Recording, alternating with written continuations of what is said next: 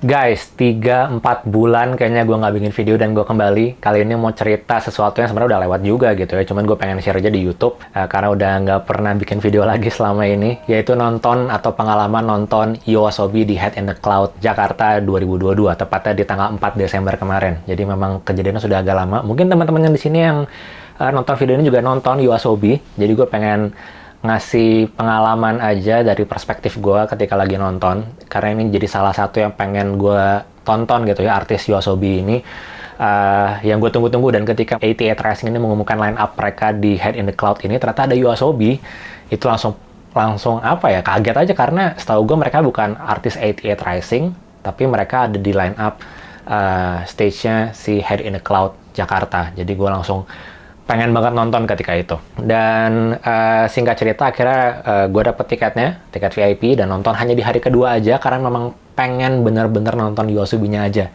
Ya gue juga suka Rich Brian, suka Nicky dan lain-lain, tapi yang paling pengen gue tonton adalah YOASOBI. Karena ini cukup spesial. YOASOBI ke Jakarta itu menjadi overseas konser mereka pertama di luar Jepang. Jadi selama ini mereka selalu di Jepang aja selama live performance gitu ya, dan pertama kalinya langsung ke Indonesia, ke Jakarta gitu. Nah, cerita sedikit nih buat teman-teman yang belum tahu YOASOBI. Jadi basically mereka adalah duo Japanese ya, duo musisi Jepang yang dibentuk pada akhir 2019. Lagunya itu menurut gua apa ya, nggak ada yang nggak enak. Lagunya YOASOBI itu nggak ada yang enak. Pertama kali denger itu Yoru ni Kakeru, itu memang the first single-nya mereka di November kalau nggak salah. Itu pertama kali gue lihatnya dari iklan di YouTube. Dan dua ini adalah pertama Ayase. Ayase itu dia komposer atau music director-nya, dan background-nya dia juga dari Vocaloid ya. Kalian kalau tahu Hatsune Miku, itu adalah Vocaloid paling terkenal kayak di Jepang. Jadi memang lagunya tuh agak-agak EDM ya, electric dance music. Sedangkan satu lagi vokalisnya yang cewek ini namanya Ikura atau Lilas Ikuta, nama bekennya, atau nama aslinya sih sebenarnya Ikurarira ya kalau lihat kanjinya gitu. Ikutarira ya. Nah, ketika join ke YOASOBI, dia pengen dipanggil Ikura.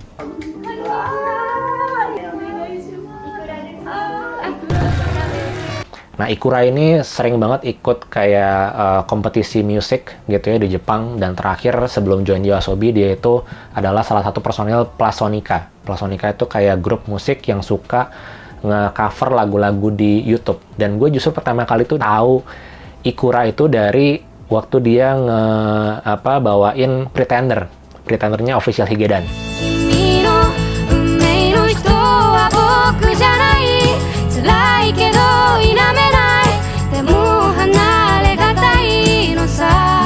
Ya karena gue suka Higedan, gue tahu Pretender tuh paling terkenal lah lagunya gitu ya. Dan dia nge-cover itu, dan ternyata dia jadi YOASOBI, ngebentuk sendiri sama Ayase ini gitu. Intinya itu ya. Jadi kalau bisa dibilang lagu YOASOBI itu mostly genrenya adalah J-pop, EDM.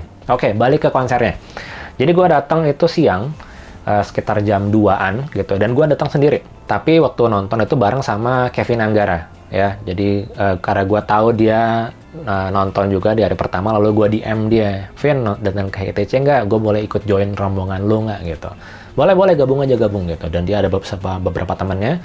Kita ketemu jam 3, dan karena artis sebelum YOASOBI itu adalah Chungha gitu ya, dan itu langsung ketika itu kita ke depan.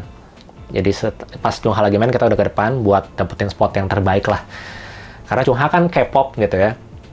Jadi istilahnya ketika Chungha selesai, K-popper pada mundur, wibu pada maju gitu. Jadi kita dapat yang cukup dekat sama stage, di antara stage sama FOH gitu, sekitar beberapa meter dari stage, dan akhirnya kita nonton. Lagu pertama yang dibawain justru itu adalah the biggest hitternya gitu, kayak langsung Yoru ni Kakeru.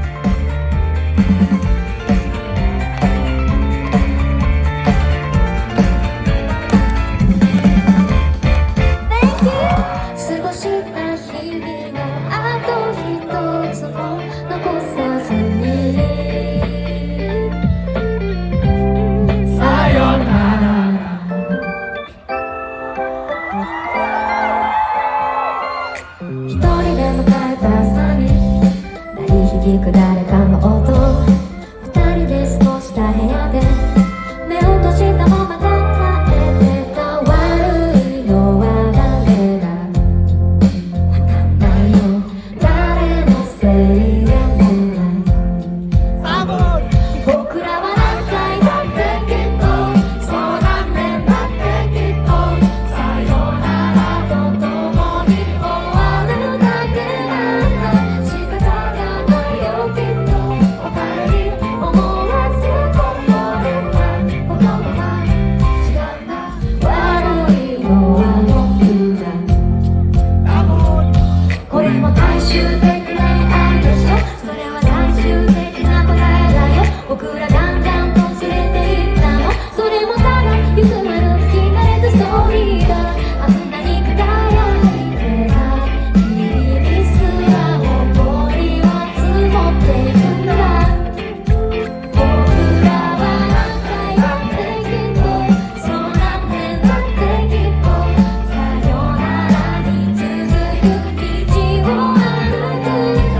仕方がないよきっと、おかえりいつもようにこぼれ落ちた。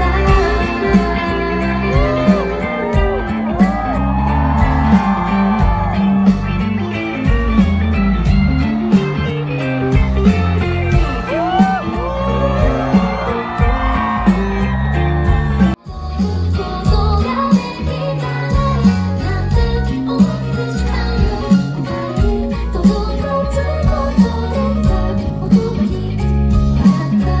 ララララララララボット、ララララララララボット、ラララララララボット、渡せることで一つだけ与えてく。生きる意味ができたんだ。そんな時あなたと出会った。同じように私の中で生きてる人、気づかれた旅だとした僕を持ってくれた傷の何か惹かれている。だけどあなたには愛する人がいる。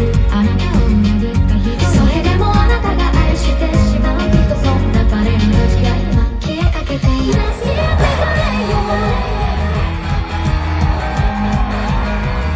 教えてくれよ。Let's enjoy together, right? Okay? Thank you.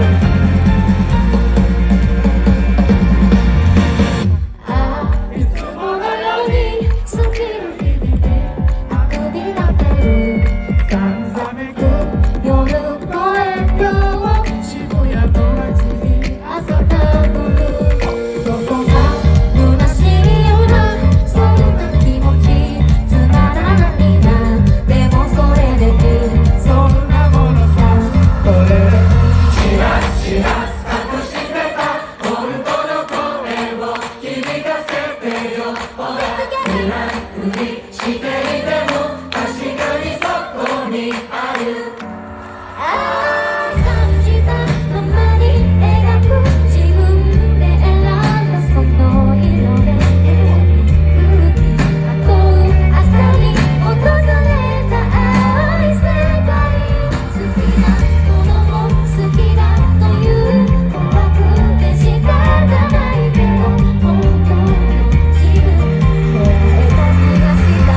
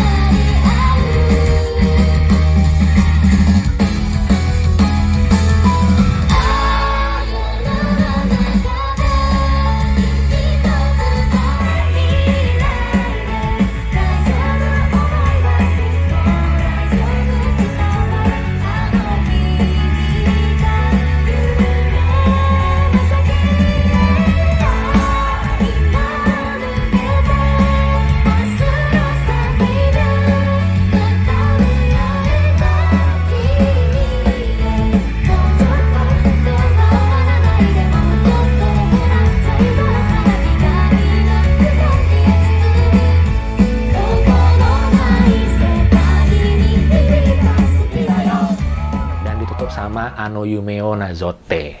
Nah, ini memang cocok banget. Itu lagu wibu banget lah kalau gue dengerin tuh yang Ano Yumeo Nazote itu. Tapi semuanya nggak ada yang nggak enak.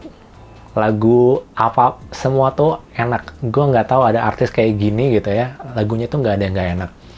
Buat temen-temen yang baru pengen denger YOASOBI, kira-kira lagu apa yang enak, gue kasih recommendation Osusume dari gue lagunya. Kalau kalian suka yang mellow, agak slow, kalian bisa dengerin Comet.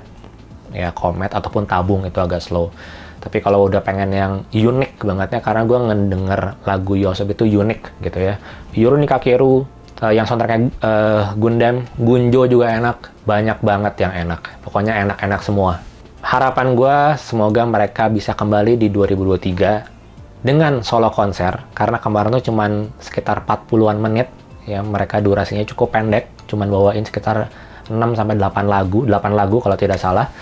Jadi pengen bener-bener yang full gitu, 2 jam gitu kan, YOASOBI. Mudah-mudahan mereka datang lagi, karena ngelihat antusiasmenya itu mereka suka. Kalau dilihat dari Twitternya ya, tweet-tweetnya mereka, dan IG-nya gitu.